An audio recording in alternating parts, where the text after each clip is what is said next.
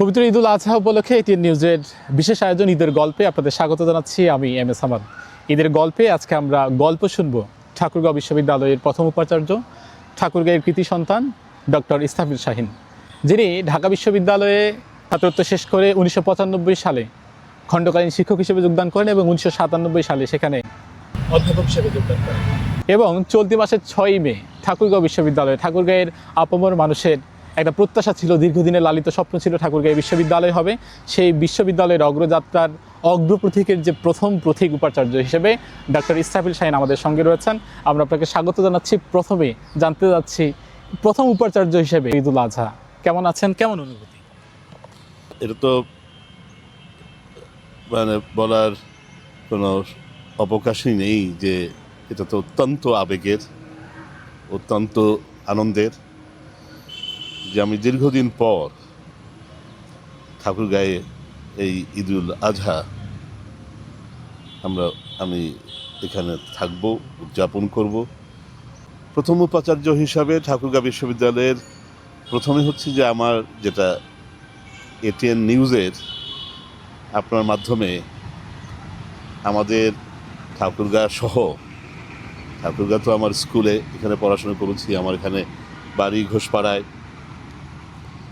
এখানে আমার সমস্ত বন্ধু বান্ধব আত্মীয় স্বজন সবাই ঠাকুরগাঁও শহরে এবং ঠাকুরগাঁওর বাইরে, এবং সেই কারণে আপনার প্রশ্নের জায়গা থেকে আমার প্রথম উপাচার্য হিসাবে প্রথমে আমি ঠাকুরগাঁওর সকল মানুষকে, সকল স্তরের, সকল ধর্মের, সকল বর্ণের মানুষকে আমি আমার ব্যক্তিগত জায়গা থেকে ঠাকুরগাঁও বিশ্ববিদ্যালয়ের পক্ষ থেকে এবং মাননীয় উপাচার্যের জায়গা থেকে আমি আপনাদের সকলকে এবং আপনাদের সকলকে, দর্শককে আমার শুভেচ্ছা জানাই, কৃতজ্ঞতা জানাই। যে মনে হয় যে এটা স্বপ্নের মতো যে আমি দীর্ঘদিন ব্যস্ততার কারণে, পেশাগত ব্যস্ততার কারণে আমি প্রায় আমাকে দেশে অথবা দেশের বাইরে থাকতে হতো, কিন্তু এবার থেকে আমার মনে হয় যে আমার ঈদ এবং অন্যান্য যে অনুষ্ঠানগুলো সেগুলো ঠাকুরগাঁওতেই কাটবে।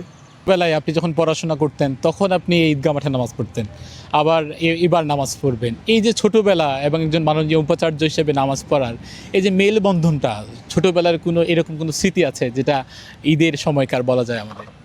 ছোটোবেলার জায়গা তো বললে অনেকে হাসবে, যে ছোটোবেলায় আসলে যেভাবে আমরা ঈদটাকে যেভাবে ভাবতাম, ছোটোবেলায় এটা একেবারে নিছক, সেখানে কোনো ধরনের কোনো শর্ত ছিল না, কোনো বাধা ছিল না প্রকাশের। আমরা যেমন মাঠে নামাজ পড়তে আসতাম, বন্ধুরা মিলে বাসা থেকে বের হতাম, বাবা মা পিছনে থাকতো, আমরা ছুটতাম, দৌড়াতাম, মানে মাঠে এসেও আমরা কিন্তু খেলতাম, অথবা হাসতাম, একে অপর দিকে তাকাতাম। এটা ছিল সেই বয়সের যে ঈদ মানে এবং নামাজ মানেই যে একেবারে এখন যেমন ধরেন যে একটা নিয়ম মেনে, একটা মনোযোগের সাথে, একটা নিষ্ঠার সাথে কিছুটা মেনটেন করতে হয় এই বয়সে। কিন্তু ছোটোবেলার ঈদের যে বিষয়গুলোকে, যেমন তার প্রকাশভঙ্গি, তার আচার আচরণ, এবং আমরা বন্ধুতে যখন আমরা দাঁড়াতাম, বসতাম যখন সারিতে, তখন কিন্তু উঠে বারবার উঠে দেখতাম যে কত মানুষ হয়েছে, আবার খুঁজতাম যে আমার বন্ধুরা কে কোথায় বসেছে। এই বিষয়গুলো তো মিস করি এই বয়সে এসে। এই বিষয়গুলো তো এখন একটা জায়গা থেকে কে কোন বন্ধু কোথায় বসেছে না আছে, এগুলো তো আমাদের এই বয়সে আসবে না, আর ঘটবে না। তো আমার এই জিনিসটাকে তফাৎ মনে হয়, এবং ওটাকে আমার ভালো লাগে, যে মনে হয় যে আবার আমি ছোটোবেলায় যাই। কুরবানির ঈদের দিন যে পশু যে কুরবানি হয়, কুরবানি হওয়ার পরে আপনি আসলে আপনার শৈশব, কৈশোর বা তরুণ সেই সময়টা এই যে কুরবানি দেওয়া বা মাংস দেওয়া, আত্মীয় স্বজনের বাড়িতে নিয়ে যাওয়া এবং সালামির একটা বিষয় থাকতো, এই দুটা আপনার কেমন ছিল?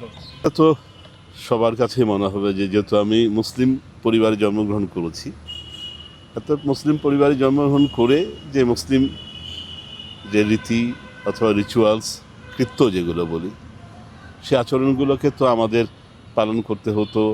বিভিন্ন পর্বগুলো যেগুলো আছে এখন, যেগুলো বাচ্চাদের মধ্যে হচ্ছে, যে গরু কিনা, এটা একটা বড় একটা আর কি। আপনি কখনো গরু কিনতে গেছিলেন কিনা ছোটবেলায়? অবশ্যই গরু কিনতে গেছি, গরু কিনে গরু টেনে টেনে নিয়ে আসছি, গরু বেঁধেছি, গরুকে খাওয়ানো হয়েছে।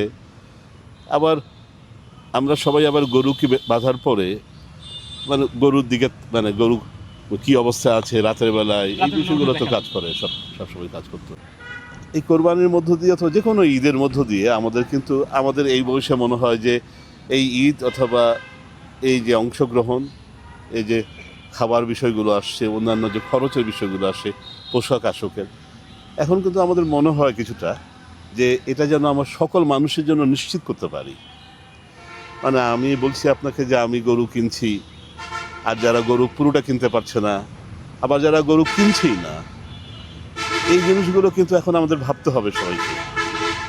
এবং এই ভাবনা থেকে আমার মনে হয় যে ধর্মের মধ্যে এটা আমি আমার নিজের মতো করে আমি যদি ব্যাখ্যা করি, তাহলে আমার মনে হয় যে ধর্মের মধ্য দিয়ে কিন্তু এই চেতনার জায়গাটা, এই যে কমিটমেন্টের জায়গা থেকে যে এই ঈদের মধ্য দিয়ে নিজেকে দেখা এবং আমার মধ্য দিয়ে অন্যরা যারা আছে, বিভিন্ন প্রতিবেশী অথবা আমার এলাকার মানুষজন, তারা তাদের অর্থনৈতিক অবস্থা কি, তাদের দুঃখ কষ্ট কি, তারা কি এই ঈদটাকে উদযাপন করতে পারছে কিনা, সেখানে কিন্তু আমাদের একটা বড় শিক্ষা হওয়া উচিত এই ঈদের মধ্য দিয়ে। তাহলে স্যার আমরা এইভাবে বলতে পারি কিনা যে ভালো থাকো, তবে সবাইকে নিয়ে ভালো থাকো, অবশ্যই। ঈদটা উদযাপন হোক, সবাইকে নিয়ে ঈদটা উদযাপন করাই মূল একটা তাৎপর্য হয়ে উঠুক, এরকমটা বলা যায় কিনা?